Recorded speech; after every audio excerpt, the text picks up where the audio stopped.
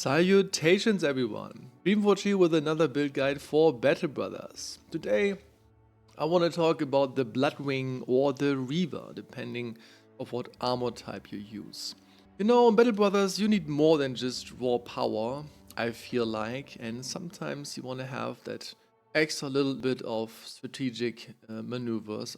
And disarming with this whip here is one of them. But just having one bro who disarms all the time is, I would say, a pretty wasteful endeavor, and I wouldn't do that. And this is the reason this build exists.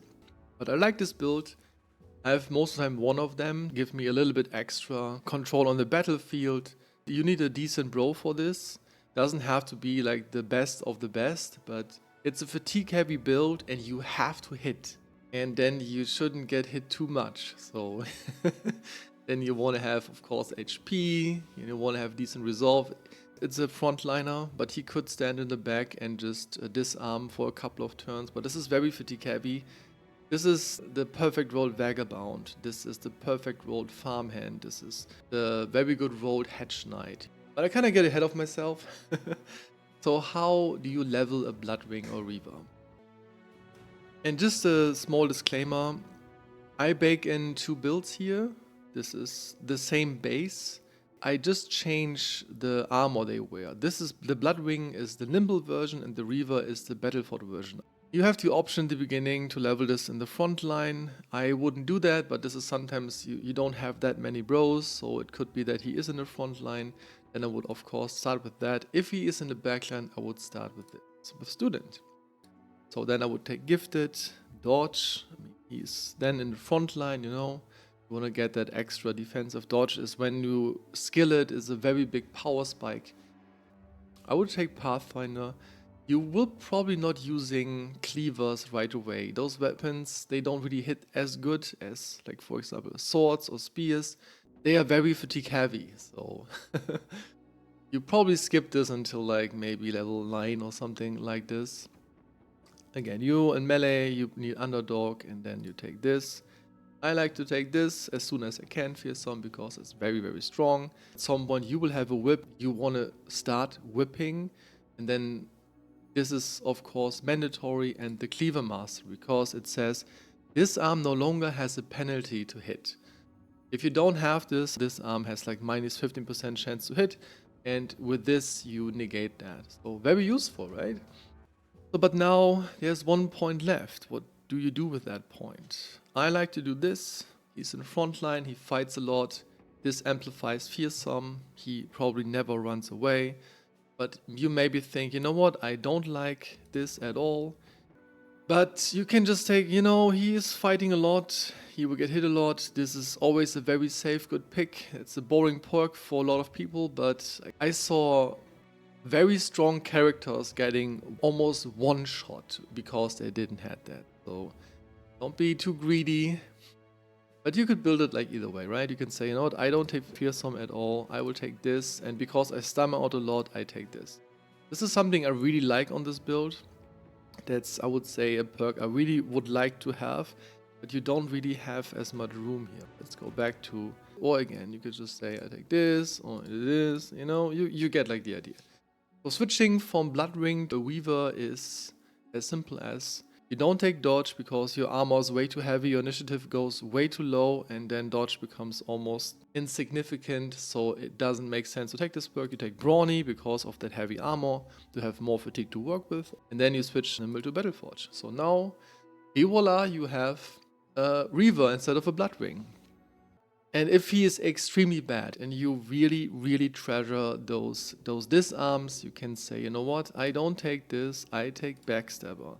This is the ultimate patch-up perk. I sometimes take this on my Taskmasters. If you want to disarm somebody, you have to disarm somebody. You know, there's like the Orc Warlord, he punched through your front line and now he stands in front of your Huskarl, and you know that Huskarl will be dead next turn. You really want to hit this thing, and it's always the case that you will be hitting enemies that will be surrounded from your bros, because this is always the problem why you want to disarm in the first place. And therefore this is a very good patch up perk. I feel it's a waste here, so you should have a bro that is actually decent enough, so this shouldn't be a big of a problem, but if he rolls really bad, this sometimes happens, only 2s across the board, hitting those disarms is a very crucial part here. And I mean, it's a little bit bonus to hitting with that thing, sometimes too, not always.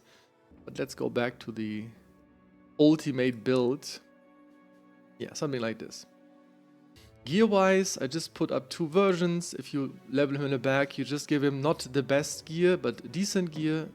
Both versions. Every version has a dagger. I mean, you sometimes just want to dagger somebody, of course. Frontline means you want to have at least like a decent weapon. I really like arming swords or swords in general because they have a higher chance to hit. And because of double grip, you do decent damage with it. But if you level in the back, I just put this as an example. Maybe had an early goblin fight in my last run. My first fight was actually against goblins. I didn't got pike, but I mean, this can happen, obviously. It could be just the normal pike too. It could be one of the pikes of the ancient undead. It doesn't really matter, just any reach weapon. What I mean with better gear is, you see, this has 115 and costs 12 fatigue. Basic mail shirt. This costs 12 too, but has only 110. This is the superior armor. You would give your Reaver this, because this is a precious bow you want to keep in, you want to give him the best armor you can get. And yeah. This helmet, for example, has -7 and 110. This has 115 and -6. This is just like small differences, but why wouldn't you give your precious bro your best gear? You can level him in the front line, and I sometimes do this, because you need actually people that stand there. But if you want to go in the back line, you give him the lesser good armor and then some reach weapons. This is an end game Bloodwing.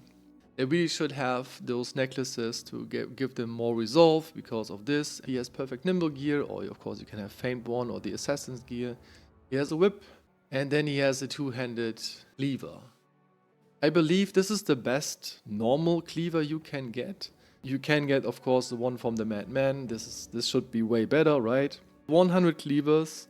Yeah, I sometimes take them if I get one very early and have a good bro. Like the military cleaver is, of course, a weapon that is actually fine.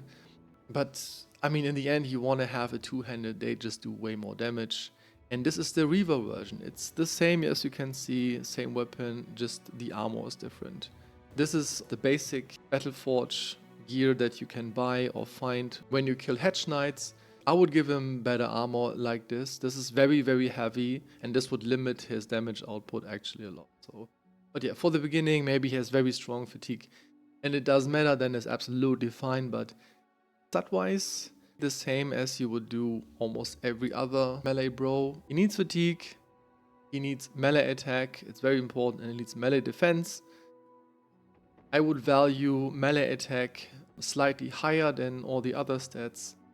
Alright, I feel like I said everything that is necessary to explain this build. Again, I like this build.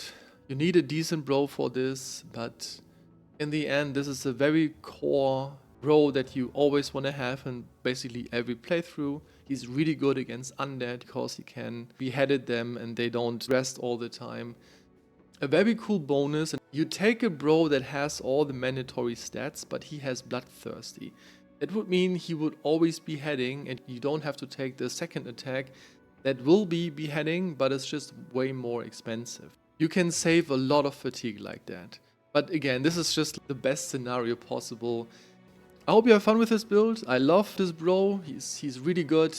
And yeah, I see you in the next one. Have fun wherever you are, whatever you do right now. I see you in the next video. Have a good one.